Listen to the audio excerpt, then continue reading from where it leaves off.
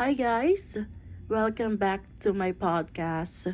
And today, pag-uusapan natin ang isang topic na super important pero madalas hindi napapansin or napapag-usapan, which is mental health at self-awareness. So, ano nga ba ang mental health? Basically, mental health is kung paano tayo mag-isip, makaramdam, at kumilos.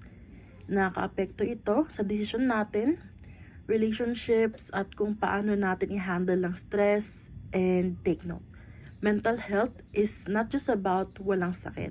It's about being okay and balance in life. Pero let's be real, maraming tao, especially students like us, ang nakaka-experience ng stress, anxiety, at depression. Pwedeng galing ito sa pressure from school, family problems, expectations from the society, or even personal struggles. For example, kapag may anxiety, parang lagi kang kinakabahan kahit walang clear reasons. Kapag depression naman, nawawalan ka ng gana sa mga bagay na dati mo nang ginagawa at madalas malungkot ka. Minsan, hindi natin napapansin na may signs na pala.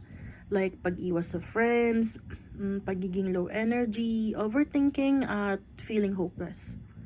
Kaya sobrang importante din talaga ng self-awareness.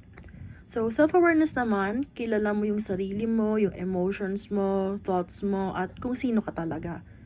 Lalo na sa teenage years, mahirap to kasi we're still figuring things out.